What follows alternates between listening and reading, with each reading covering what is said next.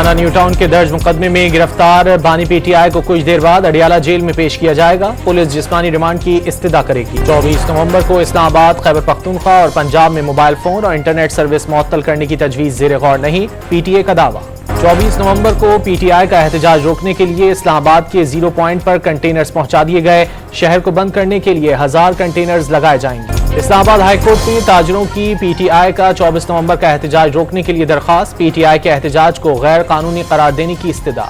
हुकूमत और तहरीक इंसाफ के दरमियान पसे पर्दा मुज़ाकरात। पीटीआई की बानी की अडियाला जेल से खैबर पख्तूनख्वा मुंतकली समेत रिलीफ की शर्त। 1-2 रोज में बातचीत में पेशरफ्त का इम्कान। नारोवाल में पुलिस के छापे। गिरफ्तारी से बचने के लिए छत से छलांग लगाने वाले पीटीआई के कारकुन ने दौरान इलाज दम तोड़ दिया। दरियाए सिंध पर 6 कैनाल बनाने का मंसूबा। पीपल्स पार्टी और वफाक के दरमियान तनाज़ा शिद्दत इख्तियार कर गया।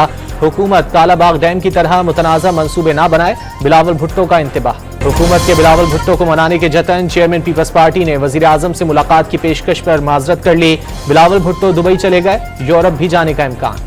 इस्लामाबाद इंसदाद दहशतगर्दी अदालत में थाना I-9 में दर्ज मुकदमे की समाअत। वजीर आला खैबर पख्तूनख्वा अली अमीन गंडापुर को इश्तिहारी करार देने की कार्रवाई शुरू।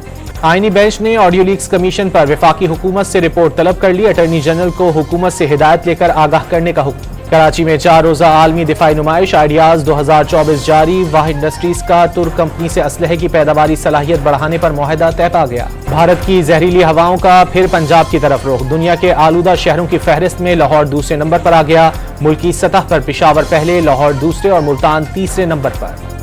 खैबर पख्तूनख्वा में एहतजाजी मुजाहरों में शरीक 800 प्राइमरी असातिज़ा को बहाल कर दिया गया। महकमा तालीम खैबर पख्तूनख्वा ने नोटिफिकेशन जारी कर दिया। और साबिक टेस्ट क्रिकेटर और अंपायर नजीर जूनियर इंतकाल कर गए। 1 हफ्ते से अस्पताल में ज़ेर इलाज था।